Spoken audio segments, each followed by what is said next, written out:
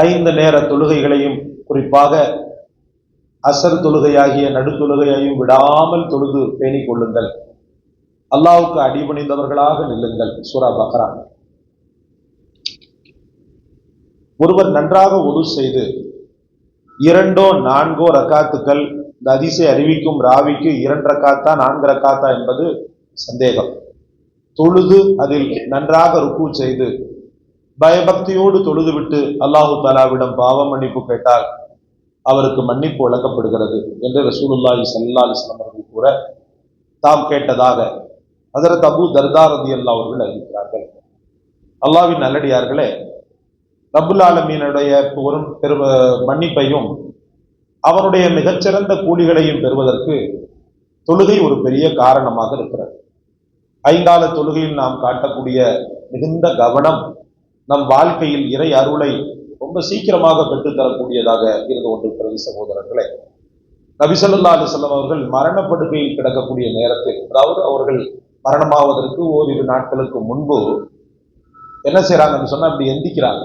இந்த கைகள் 2 கைகளையும் ஊனி, எப்படியாவது ஒரு மனிதன் ஒரு ஆபத்து நேரத்துல எந்திரிச்சு ஓடுறதுக்கு பார்ப்பான் இல்லையா, அதே போல பெருமானார் ஸல்லல்லாஹு அலைஹி வஸல்லம் அவர்கள் கைகள் அப்படி ஊன்றி என்ன செய்யறாங்கன்னா, எந்திக்கிறாங்க, தொப்படின்னு கீழே விழுறாங்க.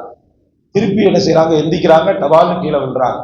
இதற்கு ஆயிஷா நாயியால பொறுக்க முடியல, யார ரசூலல்லாஹ் என்ன வேண்டும் உங்களுக்கு என்று கேட்கும் போது, அஸ்ஸலா, தொழுகை தொழுகைன்னு சொல்றாங்க. நான் இன்னைக்கு உடம்பு நல்லா இருக்குது, திடகார்த்தமா எரும மாடை விட மோசமா இருக்கிறான் சகோதரர்களே. ஆனாலும் அல்லாஹ் பாதுகாக்கணும்.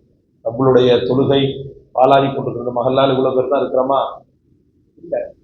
தொழுகையினுடைய நினைவுகளோ, ஏன்னா துனியா உடம்பு முழுக்க ஊறி போனதுனால, பணம் காசு மட்டும்தான் நம்ம வாழ வைக்கும்னு சொல்லி நினைச்சதுனால, ஒரு உலகத்திற்கு கொடுக்கக்கூடிய அந்த மதிப்பில் ஒரு 25% கூட அல்லாஹுக்கு கொடுக்காததன் விளைவு அவன் வாழ்க்கையில நிம்மதின்ற வார்த்தையே அல்லாஹ் தஆலா அழிச்சிடறான்.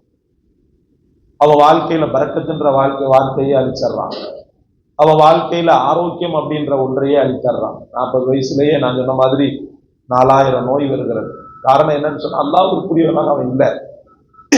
நம்முடைய முன்னோர்கள்லாம் திடகார்த்தமா 80-90 வயசு வரைக்கும் வாழ்ந்தாங்கன்னு சொன்னா அவங்களுடைய தொழுகை தான் காரணம், வேற எந்த காரணமும் கிடையாது. அவங்க தொழுகை தான் காரணம். ஃபஜ்ருடைய நேரத்துல காந்த அலைகள் என்ன செய்தான், பூமியில அப்படியே நிரம்பி இருக்குமா. சஜிதா செய்யக்கூடிய மக்கள் அல்லது குறைந்தபட்சம் பூமியில நின்று வணங்கக்கூடிய மக்களுக்கு அவங்களுடைய உடல் உறுப்புகள் வழியாக உள்ளே சென்று அந்த காந்த அலைகள் என்ன செய்கிறது, பெரிய அளவுக்கு அவங்களுடைய உடலுக்கு நோய் எதிர்ப்பு சக்தி அதிகப்படுத்துகிறது. இன்னைக்கு நீங்க லிஸ்ட் போட்டு பார்த்தீங்கன்னு சொன்னா, சரியான தொழுகையாளிகள் நீண்ட காலங்கள் வாழத்தான் செய்யறாங்க, இல்லைன்னு சொல்ல முடியாது. அல்லாஹ் ரப்பல் ஆலமீன் உங்களுக்கு நமக்கும் எல்லா மோமினின்களுக்கும் தொழுகையில் அசட்டையாக இருக்கக்கூடிய மக்களுக்கும் இந்த தொழுகையை பற்றி உள்ள அதிகப்படியான விழிப்புணர்வை ஏற்படுத்தி அவர்களையும் இறைவனுக்குரியவர்களாக ஆக்குவார்கள்.